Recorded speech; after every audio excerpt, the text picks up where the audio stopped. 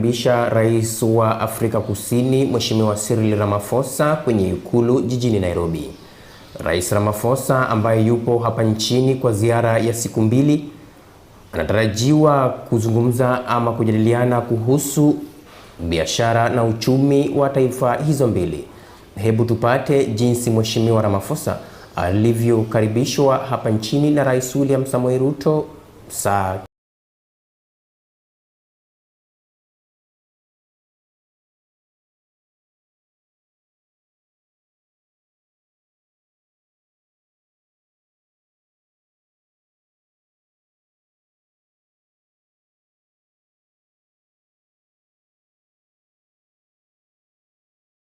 South Africa commit to play our roles in the pursuit of sustainable peace and security in Africa and the world through the Africa Union Peace and Security Council and UN Security Council frameworks.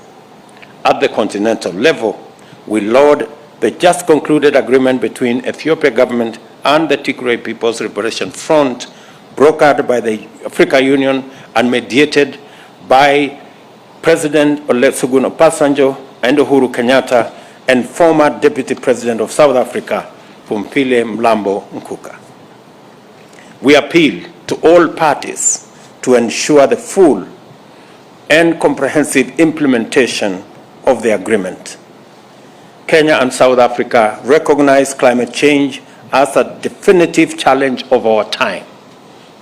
We reiterate the implementation of the national determined contributions, including adaptation and mitigation efforts and delivery of finance as agreed in COP27. We urge developing nations to meet their obligations and work with other parties to ensure swift implementation of the climate change finance delivery plan. I congratulate you, President Ramaphosa, on the launch of the Just Transition Framework for South Africa during the 6th meeting of the Presidential Climate Commission held on 27 May 2022. President Ramaphosa's leadership continues to steer South Africa to greater heights of economic development. Working together is the only way we can achieve shared desire for closer bilateral cooperation and a stronger strategic partnership. There is no doubt, Mr. President, that we have made good strides during this visit, and we look forward to achieving even more in the near future.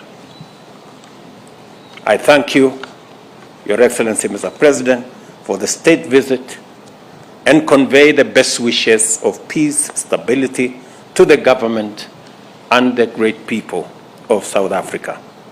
Thank you, and God bless you, Mr. President.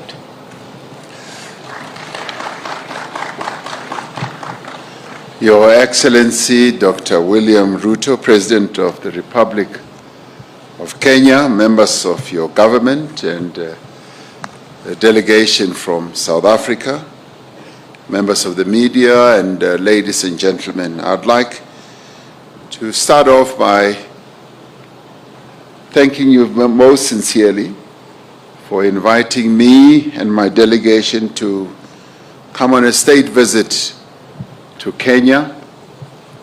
This in many ways demonstrates the very deep and strategic relationship between South Africa and Kenya. And I'd also like to reiterate our congratulations to you for your election as President of this wonderful country, Kenya, and wish you the very best as you lead this great nation to greater heights. We have just concluded meaningful discussions and very productive and constructive talks which have taken forward our cooperation and relationship in several areas of mutual interest. This visit has once again reaffirmed that our bilateral relations are based on a sound foundation of mutual respect, shared values, and friendship and are also based on our democratic values. These principles will undoubtedly continue to serve us well into the future, especially in times of global uncertainty. We use our discussion, both our tete-a-tete and our official talks in the presence of our respective delegations, to take stock of the current state of our bilateral relations, while also exploring other areas of mutual interest and possible cooperation. And we recognize that the wonderful foundation that exists between our two countries gives rise to enormous opportunities that our two countries should capitalize on. We also witnessed the signing of agreements and memoranda of understanding, as you correctly said, and this builds on the other agreements that we had signed in the past. We are committed to ensure that the agreements and the memoranda of understanding that we have signed now and in the past will be implemented fully. You and I also took opportunity to discuss the thorny issue between our two countries of visas between South Africa and Kenya, with a view of allowing Kenyans to be able to visit South Africa on a free visa basis, that is without having visas. We agreed that indeed Kenyans should be able to visit South Africa without requiring them to have visas, and that this dispensation will commence on the 1st of January in 2023, and that our officials will speed up the processes of putting this into effect, and that this dispensation will be available to Kenyans for a 90-day period in a given year, meaning that, yes, can use the 90 days, 10 days, 20 days, or whatever, for the full year. Kenyans will have a full 90 days to be able to visit South Africa, and we will be able to review this and get reports from our ministers within a year and see how this is functioning. This will also be underpinned by other processes that we have agreed should take place, close monitoring of the implementation of this process, and also be able to have a return policy of those, as we call them, elements that would be undesirable, to be able to be returned to Kenya. And this, in many ways, just strengthens the relationship between South Africa and Kenya, but more importantly, the people-to-people contact, because as you and I observed, Kenyans and South Africans have multiplicities of relations, both business, social, communal, at relatives level. They want to be able to travel, and tourism also between our two countries will be greatly enhanced through this. South Africa and Kenya are confronted by a number of challenges, almost similar challenges of poverty, inequality, and unemployment. Since 2020, South Africa has been implementing what we crafted as the Economic Reconstruction and Recovery Plan to lift our economy out of a prolonged period of slow growth, but a period that was also negatively impacted by COVID-19. This is not dissimilar to Kenya's recovery plan, with its 6 core pillars of agriculture, focusing on micro enterprises, small and medium enterprises, housing, and settlement, healthcare, and the digital superhighway and the creative economy, as well as the environment and climate change. There are definite opportunities for South Africa and Kenya to share experiences and good practice in the implementation of these various economic opportunities that are given rise to by the plans that we both have adopted. We are therefore pleased that the business forum that is taking place at this moment during this state visit will also be exploring a plethora of opportunities between our two respective businesses. And we are delighted that businesses from South Africa, business people from South Africa have traveled in their numbers to come here, both from the private sector and the public sector, and this endeavor they are also joined by business people from your beautiful country, Kenya. This, in many ways, gives an opportunity to make new contacts, and as I often say, they make contacts and hopefully they will move to contracts as they establish new business undertakings in various sectors of our respective economies. As leading economies in our regions, Kenya is a leading economy in East Africa, and so is South Africa, in Southern Africa. We have demonstrated a firm commitment to sustainably increase volumes of trade and foster greater investment in each other's economy. We were particularly pleased that our various ministers who straddle agriculture, trade and industry, environment, and creative sectors have been very busy looking at the various opportunities with a view of enhancing growth that can come from that. We also, during our discussions, focus on several issues affecting our beloved continent, including the situation in the Democratic Republic of Congo, Ethiopia, as well as Western Sahara. We agree on the need for peace and stability in our continent and the ending of conflicts within and between states.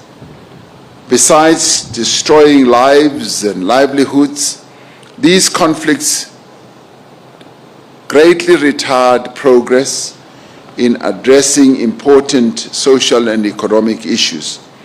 We have therefore agreed that we need to remain focused on issues affecting our regions and our continent and not be distracted by other global matters that are not of our making.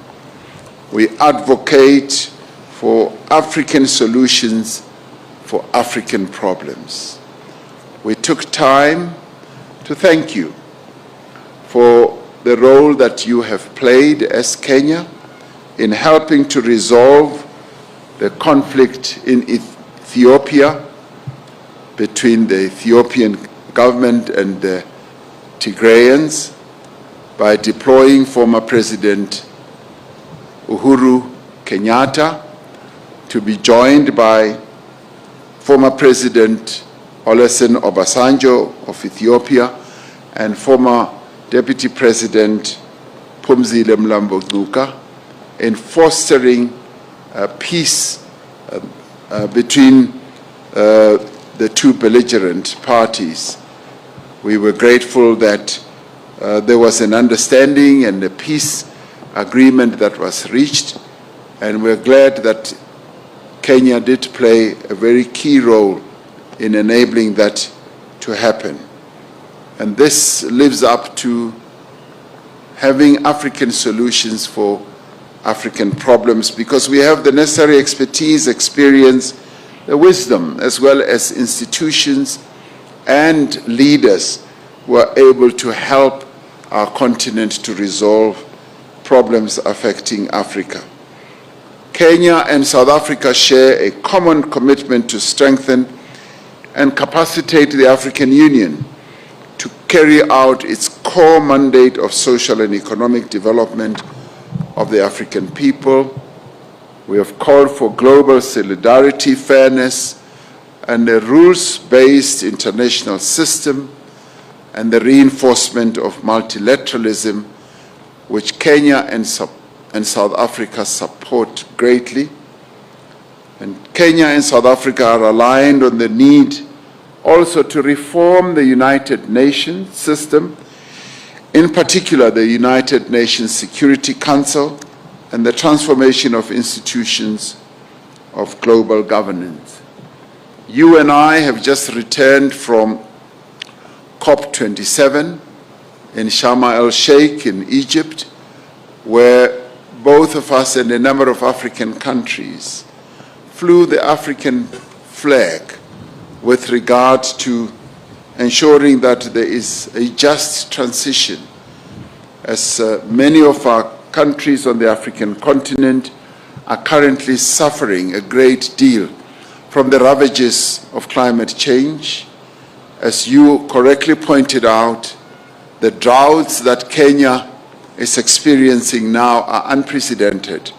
And similarly, the floods and the droughts that South Africa is currently experiencing now are unprecedented, and this just goes to show that climate change is serious, but at the same time we need to make sure that the more developed economy countries that have contributed greatly to the climate damage should be the ones who carry the burden of making sure that the loss and the damage that developing economy countries like South Africa and Kenya are properly compensated, and that those countries live up to the commitments that they have made. And thank you very much for congratulating South Africa for reaching the Just Energy Transition Agreement or deal with the 5 countries.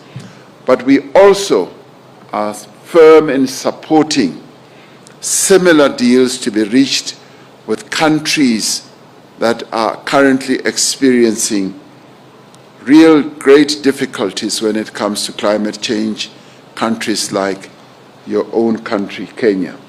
It is our hope and conviction that our relations, President Ruto, will deepen and that cooperation will grow to cover a greater diversity of areas. And as you and I said, we've just scratched the surface when it comes to opportunities that lie out there, which you and I will be outlining to the business community who we will meet later. We are building an enduring partnership. About the status of the strategic partnership framework that the 2 countries signed in November last year, and if the 2 countries are on course for the launch of the Pan-African airline group next year. Thank you.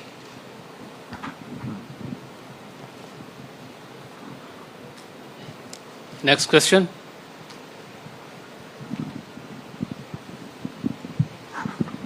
Thank you. Your Excellencies, my name is Robert Luther. I work with SABC. You just came from Egypt from the climate conference. My question is, many African countries are critical about agreements African leaders signed at the climate change summits, especially loans and commitment to stop using fossil fuels and coal, while developed countries are using these resources. What are your views on this? And this is to the both presidents. Thank you. Okay. I think we can take those 2 first, and then we can take the final 2. The matter of South Africa Airways and Kenya Airways, this was a subject of discussion between me and President Ramaphosa and our teams, and we have agreed that that agreement should be progressed forwards. It presents an opportunity for both South Africa and Kenya to work together to build a Pan-African airline. We are committed to ensuring that the agreement that was signed between our 2 airlines goes forward. And at the technical level, there is a lot of work going on, and we look forward to making sure that the agreement that was signed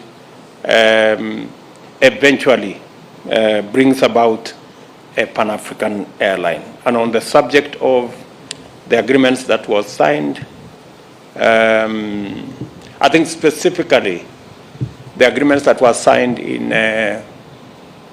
Sharm el-Sheikh were not necessarily about exploitation of hydrocarbons.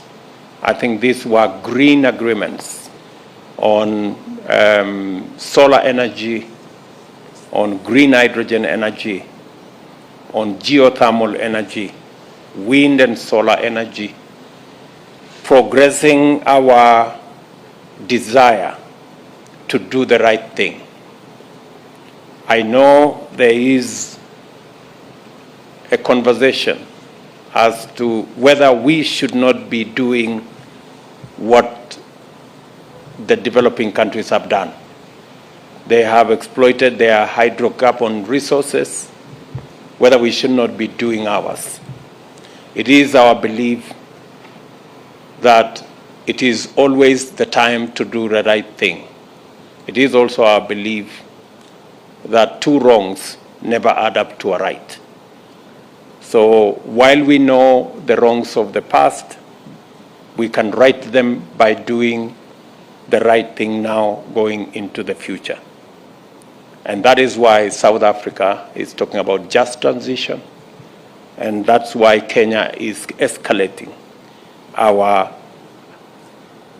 renewable energy resources and exploitation, as was witnessed by the agreements that we signed in Sharm el-Sheikh. Mr. President. Thank you very much, Mr. President. Just to Victor, I want to reiterate what His Excellency President Ruto has just replied to in relation to the question of aviation, and more particularly about discussions that are ongoing between Kenyan Airways and South African Airways. Those discussions are continuing. The need for a strategic partnership has been embraced by both airlines. We both occupy strategic points or places on the continent, and there is a great need for a very wonderful strategic partnership to be struck, and the two airlines are now involved in seeing the exact nature of that partnership. And obviously, one of the great benefits that lie out into the future is to having a Pan-African airline that will be able to take our people on the continent from various places, and Kenyan Airlines as well as South African Airlines will play a critical role in making our people to travel with greater ease. So discussions are ongoing. With regard to the question posed by Robert from SABC, asked for this unprecedented, groundbreaking, they have said, agreement, where, as said, a fairly sizable economy on the continent, we've been able to reach an agreement that will harness and bring investment to bear on helping us to address the challenges that we are facing. As a country, we have adopted a nationally determined contribution where we have indicated how we are going to address the challenges of climate change and what specific actions we will take. The reality of this matter is that climate change is here. It's here, and we have to address it, whether we like it or we don't. The floods, the droughts, and many other horrific occurrences that are happening, we've got to address. And admittedly, South Africa is, say, the 12th contributor to the climate damage. But Africa as a whole just contributes about 1%. So we have seen the need to address what we can contribute.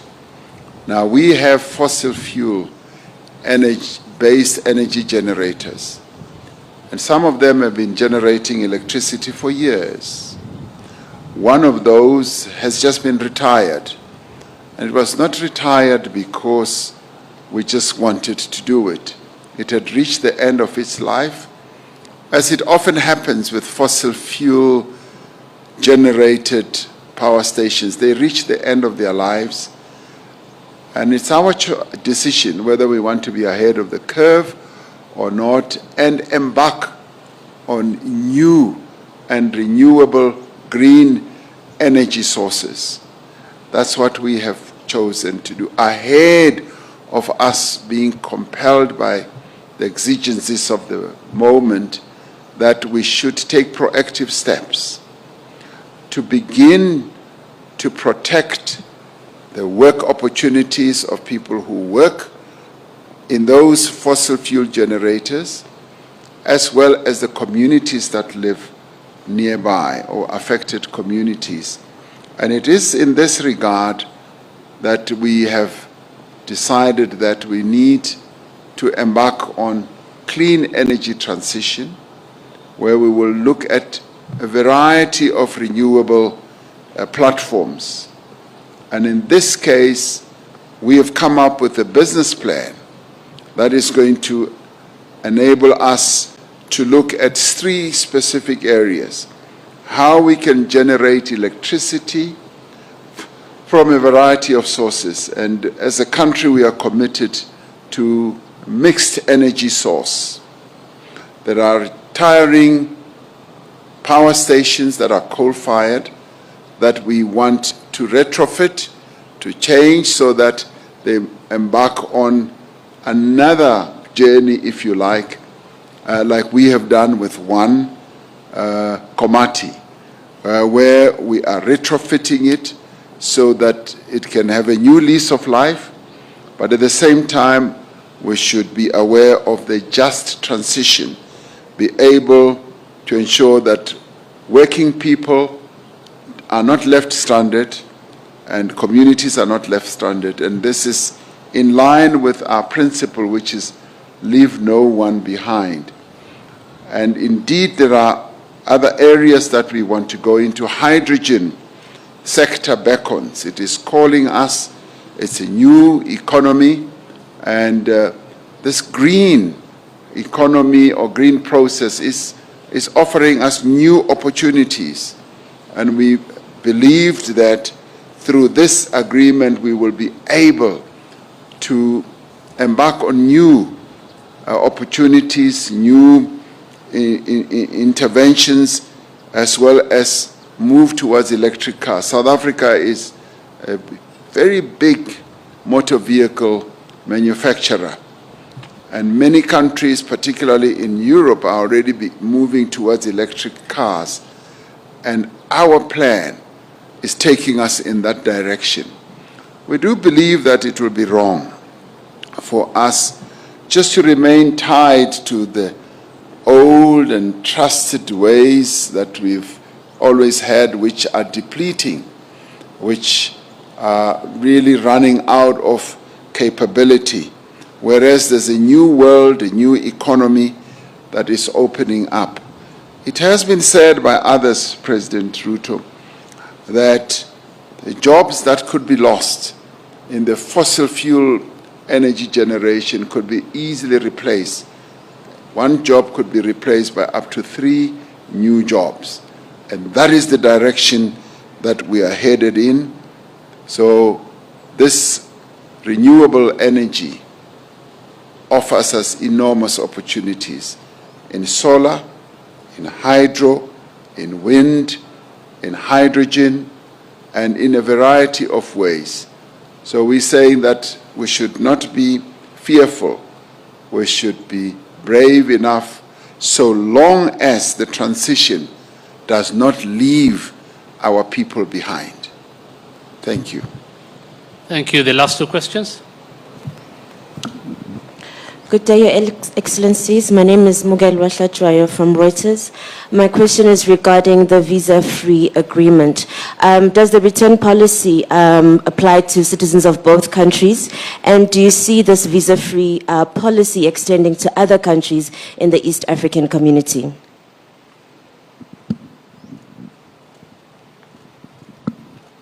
Hello, Your Excellencies. My name is Liz Jackson from SPM Buzz. My question is, there was a plan for an exchange program between Kenya and South Africa to make Swahili be spoken in both countries. Also, in relation to that, I would also want to know what plans have been put in place to make sure that South Africa culture, art, and entertainment has been made easy between the two countries. We love South Africa. It has good sceneries. Will it be easier for us to go and shoot in South Africa? Thank you.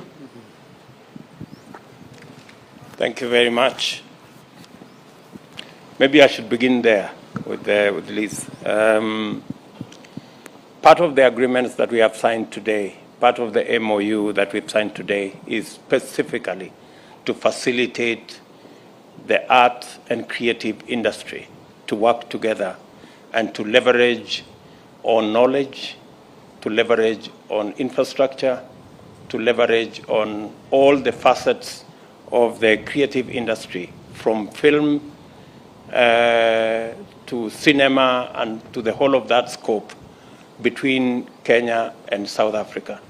So your concerns have actually been captured by the agreement that we signed this morning. Kiswahili continues to be the language of most countries in East Africa, and hopefully is all the way now to Mozambique. And Mozambique is a stone throw away from South Africa. I think it should be, and even Zambia. Greater parts of Zambia already speak Kiswahili. So I think it's not unreasonable to expect that progressively we should be able to